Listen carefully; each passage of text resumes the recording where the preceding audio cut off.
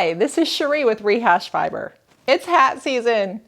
I've got a wonderful pattern to share with you today. It's called the Incline Beanie, and I'm going to tell you all about it.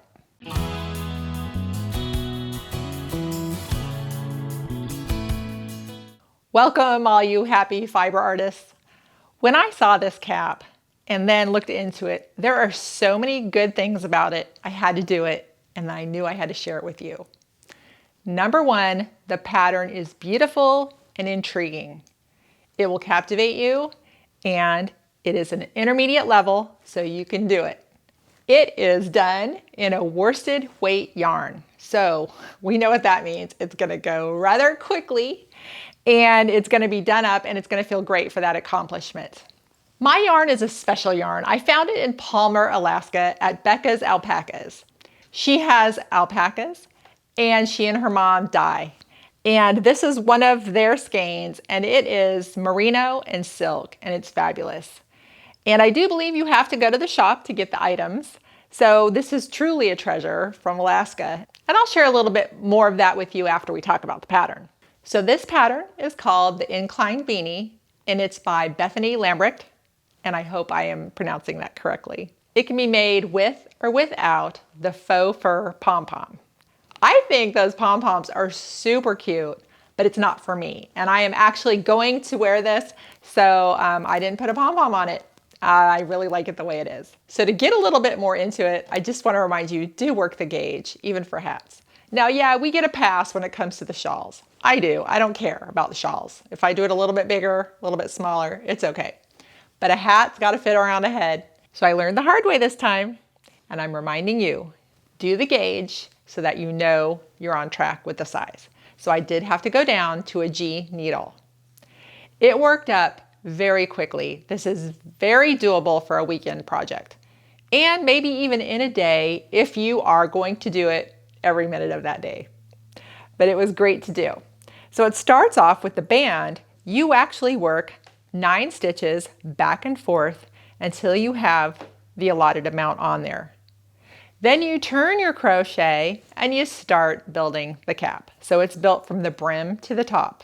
So you start off by doing half double crochets, and then you start to make a really neat pattern with a half double crochet through the 3rd loop. Then on to a puff stitch. And then it goes on from there in various counts of those. So it's very doable, but that makes the cap look very, very interesting. Super fun and a great quick project. Because I do the half double crochet through the 3rd loop so infrequently, I wonder if that is the same for you. So I am going to show that to you right now. So if you choose to do this pattern, you'll be equipped with how to do that stitch. To half double crochet in the 3rd loop, you're going to go ahead and wrap the yarn like you would for a regular half double crochet. And you're going to go behind these 2 right here. And you're going to go into that loop right back there. So you wrapped, go through that back loop, which is the 3rd loop. You have 1, 2, and then 3. Then you're going to continue on like you would for a regular half double crochet by bringing it through this one and then through all 3. So I'll show you a few more times.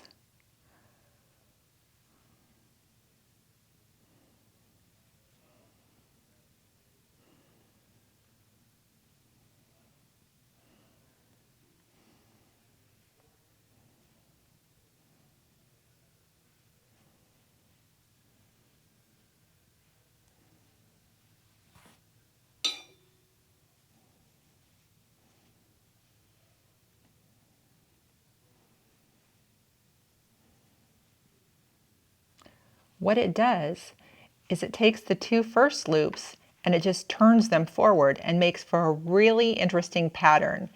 It's like a line is going across through your pattern. So you can see in the hat here, that's what makes these really interesting lines. And then the puff stitch, great pattern.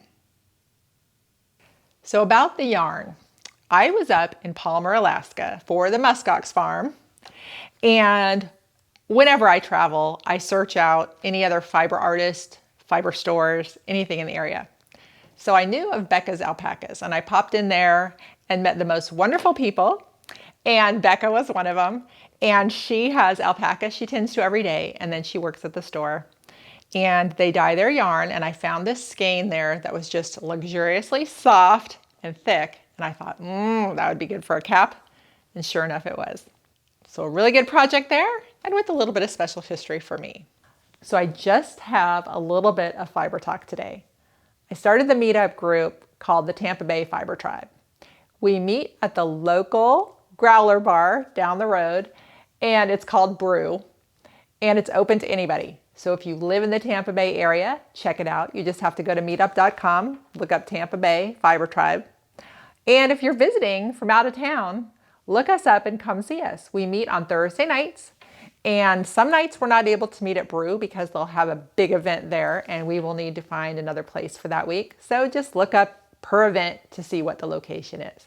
But I would love to meet any of you that come to town and want to join us, and just let me know. All right, everybody. So I hope you're having a wonderful fall. I hope you enjoy making your Incline beanie and especially enjoying wearing it. Happy crocheting, and thanks for watching.